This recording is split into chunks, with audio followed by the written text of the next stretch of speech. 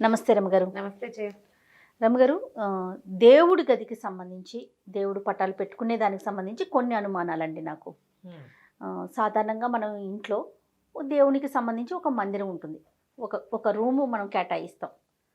అవకాశం లేనప్పుడు కిచెన్లోనో హాల్లో ఒక పక్కనో, మరీ అస్సలు లేదు అనుకున్నప్పుడు బెడ్రూమ్లో కూడా పెట్టేసుకుంటూ ఉంటారు కదా. అసలు దేవుడికంటూ సపరేట్గా ఒక రూము ఉండాల్సిన పరిస్థితి ఉందా? అవకాశం లేనప్పుడు ఏంటి అసలు? భగవంతుడు సర్వాంతర్యామి, అన్ని చోట్ల ఉంటాడు. మనం ఏం చేస్తాం, మన బుద్ధి నిలవడానికి మనకు పూజకు ఒక స్థలం అని, ఈ దిక్కు అయితే బాగుంటుందని ఇక్కడ దేవుణ్ణి పెట్టుకుని అక్కడ మనకి అది కావాల్సింది. దానికోసం ఏం చేస్తాము, ఇంట్లోనే ఈశాన్య దిగ్భాగంలోకి వచ్చేలాగా ఒక గది ఏర్పాటు చేసుకుంటాం. గది ఏర్పాటు చేసుకోగలిగే వాళ్ళ పరిస్థితి అది. గది ఏర్పాటు చేసుకోలేని వాళ్ళు ఏం చేయగలుగుతారు?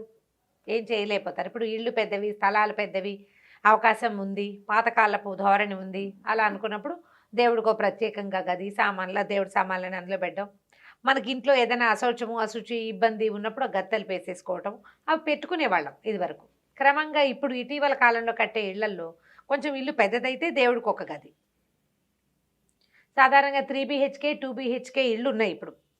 3 BHKలోను 3 Bలు, ఒక హెచ్, ఒక హాలు, ఒక కిచెను తప్పిస్తే ఇంకేం ఉండదు. అవును.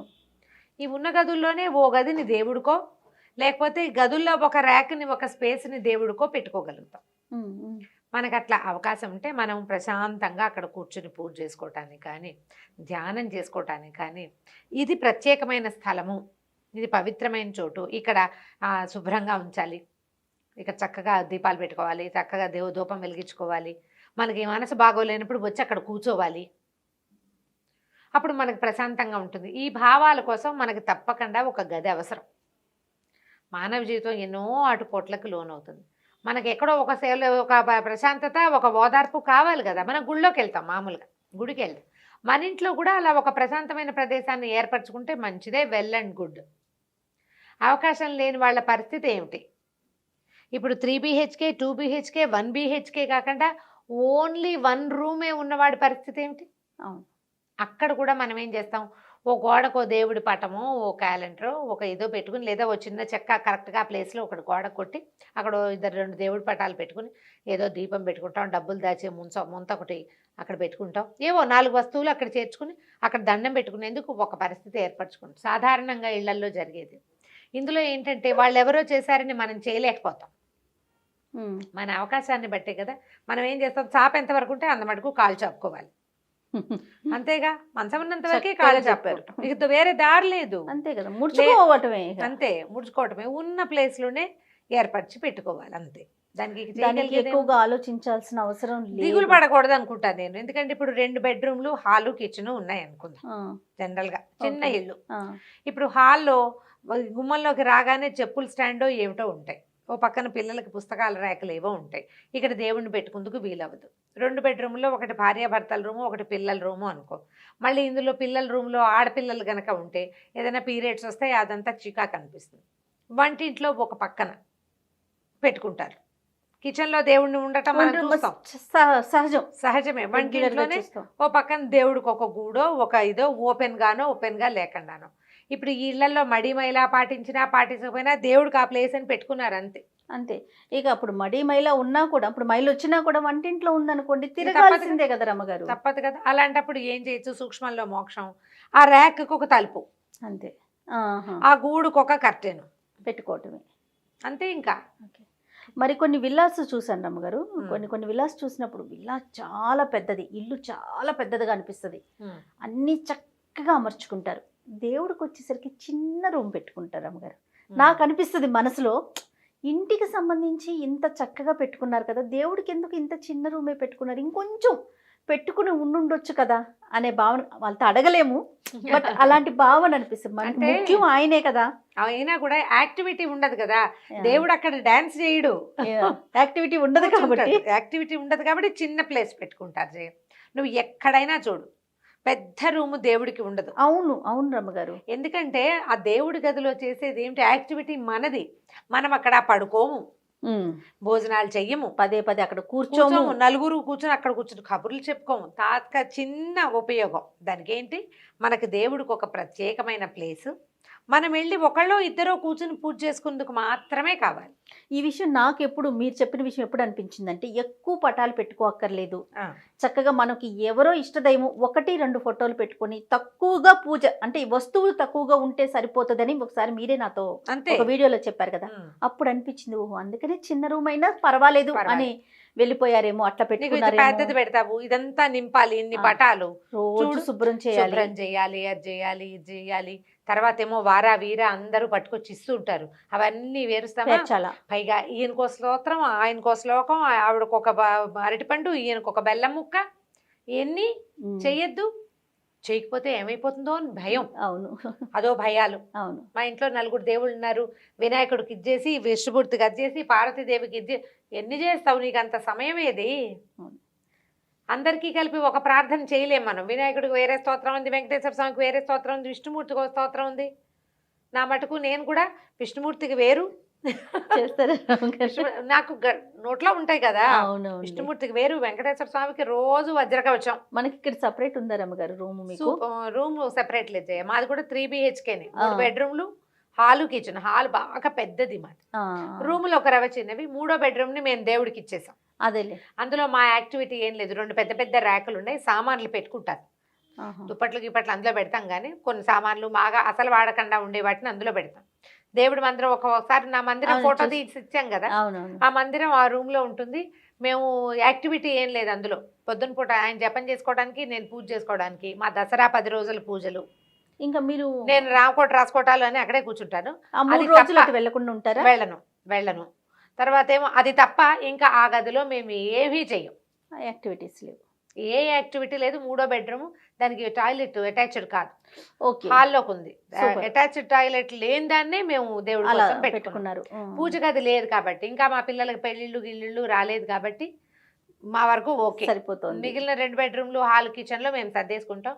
మా దేవుడిది బెడ్రూమ్ పెద్దదే, 10x12 రూమ్. ఆయనకి పెద్దదే ఇచ్చారు. మరి రూమ్ 3వ రూమ్ ఉంది, 3వ రూమ్ ఆయనకి పెట్టేసాం. అమ్మ వాళ్ళ ఇంట్లో ఎట్లా ఉండేదండి? మాకు సెపరేట్ పూజ దేవుడి గది ఉండేది. మాకు మా పైగా మా ఎక్కువేమో కదా, మడి ఎక్కువ కదా. వంట గదిలోనే మాకు దేవుడు ఉన్నా కూడా మా గోల ఏంటంటే, మేము ఒకళ్ళు వంట చేస్తుంటే వేరే వాళ్ళు వెళ్ళడం మా పద్ధతి కాదు. పిల్ల జల్లా వెళ్ళరు వంటిళ్లలోకి. అప్పట్లో ఎవరు మడి కట్టుకున్నారో వాళ్ళే అక్కడ తిరిగేవాళ్ళు. గారు దేవుడికి పెట్టే నైవేద్యాలు వండేటప్పుడా, లేకుంటే మామూలుగా మనం ఏది వండుతున్నా ఇంకొకరు వెళ్ళకూడదు అట్లాంటి మొత్తం మడి అంత వంటంతా మడితోటే చేసేవాళ్ళ అమ్మ. ఆవిడ మడి కట్టుకునే వంట చేసుకునేది. ఏదైనా కరివేపాకు అవి కావాలంటే మనం గుమ్మం బయట నుంచి గుమ్మంలో పెట్టడమే కానీ, పిల్లలు వెళ్ళిపోయి వంటింట్లో ఇప్పట్లాగా తిరగడం, మంచినీళ్ళు ముంచుకోవడం, ఈ గోళ్ళు ఉండేవి కాదు. మా వంటింట్లో వంట, గోవింద పెట్టె, మాకు పెరమాళ్ళు పెట్టె, కోవిలాళ్ళవారు అంటారు, ఒక బాక్స్ అది. ఆ స్వామిని పర్యంకాసనం అంటే నిద్రపుచ్చేసాక పర్యంకాసనం చెప్పడం అంటే పవళింపు సేవ. పర్యంకాసనం, నీకు పక్క వేస్తాను స్వామి నిద్రించు అని మధ్యాహ్నమే చెప్తారు. సాపాటు భోజనాలు నైవేద్యం అన్నీ అయిపోయాక పర్యంకాసనం చెప్పాక తలుపేసేస్తారు. తలుపేసేసి హుక్కు, మా ఇంట్లో అంతే, మా పెదనాన్నగారి ఇంట్లో కూడా అంతే, హుక్కు పెట్టేస్తారు. పెదగోవింద పెట్టెని మూసేస్తారు. అర్చన జరుగుతున్నప్పుడు మనం ఎదురెళ్తాలు అవి కూడా మా ఇంట్లో ఉండేవి కదా. అందుకే నాకు ఎక్కడైనా సాలగ్రామాన్ని చూస్తే ఉత్సాహం. మా ఇంట్లో సాలగ్రామాల్ని నేను సంవత్సరానికి ఒకసారి కూడా చూశారు కదా. అర్చన జరిగేటప్పుడు పిల్లలు అటు ఇటు వెళ్తే మడిపోతుందని వెళ్ళొచ్చేవాళ్ళు కాదు. వండిన ఆహార పదార్థాలన్నీ తీసుకొచ్చి హాల్లో, తర్వాత ఇక్కడ నైవేద్యం అయిన తర్వాత మాకు పడవటిల్లు భోజనాలకు వేరే గది ఉంది. ఓహో, ఈ కూరలు తరిగి ఇవ్వటానికి వాటన్నిటికీ కూడా మాకు వెనకాల ఒక పెద్ద పెరడు, పక్కన పడవటిల్లు. ఎవరైనా ఆడపిల్లలు మిగిలిన వాళ్ళు ఎవరో ఒకళ్ళు పై వాళ్ళు కూరలు తరిగి ఇవ్వటము, ఏదైనా వస్తువు కావాలంటే వంటింటి గుమ్మంలో పెడితే అమ్మ లోపల తీసుకుపోయేవారు.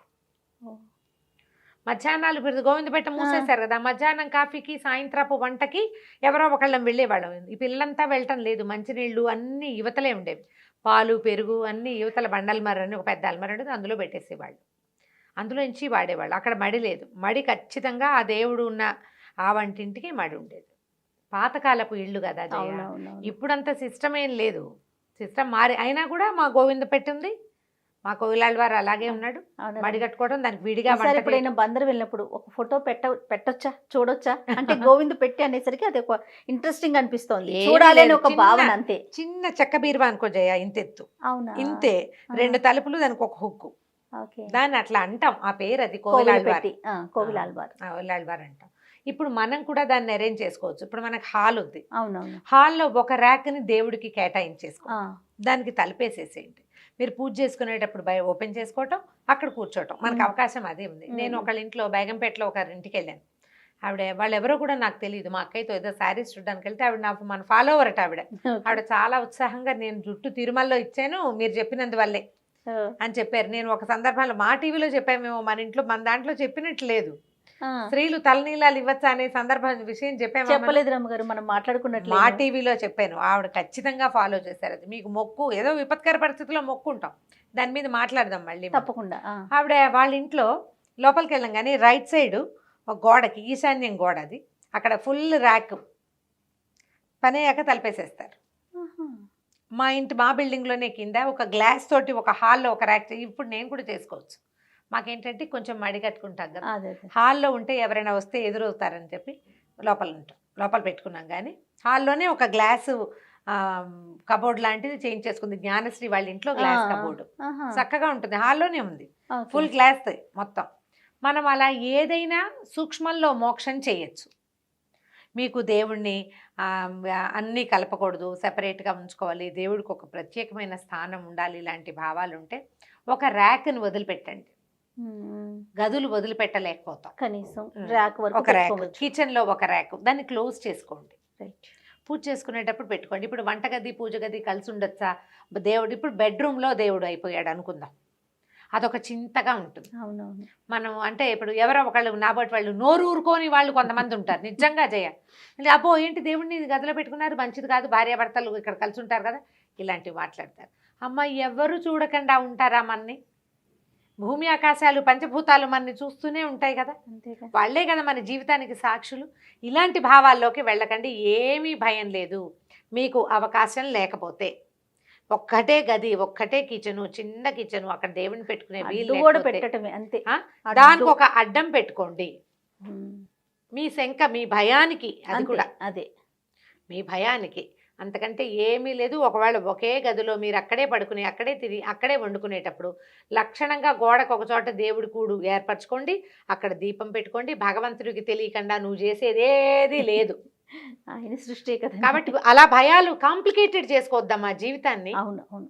అలా ఎలా వచ్చిన వాళ్ళు నోరు ఊరుకోని వాళ్ళు ఇవన్నీ మాట్లాడతారు. నోళ్ళు కట్టేసుకోండి, కుట్టేసుకోండి, అక్కర్లేని మాటలు మాట్లాడారు. విన్నాను రమ్మగారు, వంటగదిలో పెట్టుకున్నారనుకోండి, అక్కడే నాన్ వెజ్ వండుకుంటారు కదా, మరి వంటగదిలో దేవుణ్ణి ఎలా పెడతారు? నాన్ వెజ్ నువ్వే పుట్టించావా? ఈ ప్రశ్న కూడా వస్తుంది. నాన్ వెజ్ ఎవరు పుట్టించారు?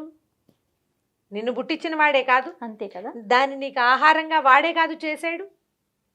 నియమం పెట్టుకో, ఏదైనా ఒకటి, ఈరోజు తినం, ఈరోజు చెయ్యం అని పెట్టుకోండి. ఆ నియమ పాలన చేయండి అమ్మా. పదే పదే ఇదే మాట చెప్పుకుంటాం మనం. అవును రమ్మగారు. ఇప్పుడు దేవుడికి పక్కన గూడుంది, గూడుని మాత్రం కవర్ చేసి పెట్టుకోండి, మీకు శంక లేకుండా భయం లేకుండా ఉంటుంది. అంత మంచి ఏమీ లేదమ్మా. భగవత్ సేవ చేసుకోవటం, ఏదో రకంగా దేవుణ్ణి తలుచుకోవటం, దేవుడి కోసం ఇది అని పెట్టుకున్నావు చూడు ఒకటి బుద్ధిలో, అది నీ గెలుపు అంతే. మిగిలినవన్నీ కాంప్లికేషన్స్ లైఫ్లో వచ్చేవి. ఆయనకు ప్లేస్ ఇచ్చావు, ఒక సమయం ఇచ్చావు, ఒక పద్ధతి పెట్టుకున్నావు, చాలు, దాన్ని వదిలిపెట్టబోక.